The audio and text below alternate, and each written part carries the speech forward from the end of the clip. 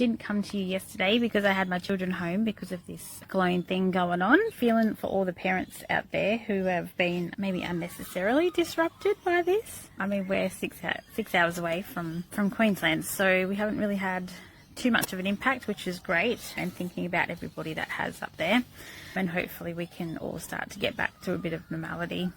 So today I just wanted to have a chat to you about communication in a crisis. Now, this could be a out of your control weather situation, or it could just be like anything internal from your business. So it could be like supply chain issues or job delays or staff issues, financial struggles, anything like that. So how you handle communication with your team and your suppliers, anyone that interacts with your business, is really key.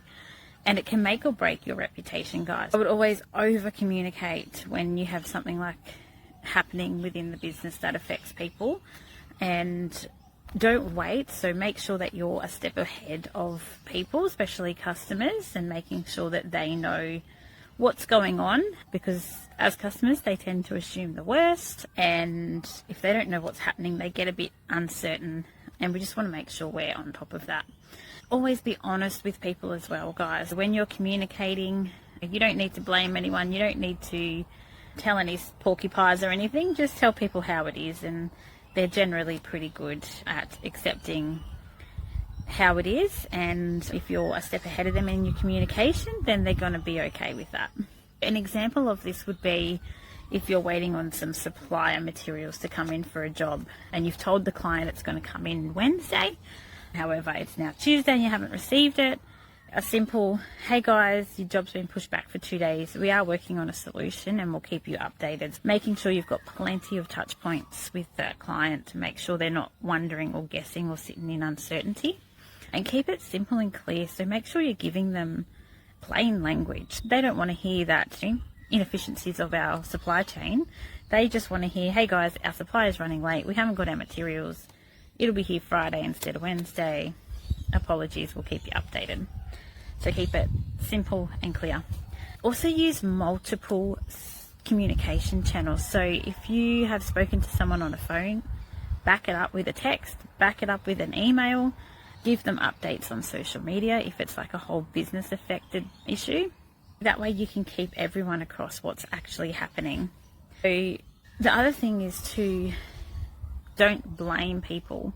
We tend to push it off ourselves and blame other people, other circumstances for what's happening, but make sure you take responsibility where it's actually needed, and show appreciation to your clients and let them know that their patience is actually appreciated, and just make sure you're keeping on top of that.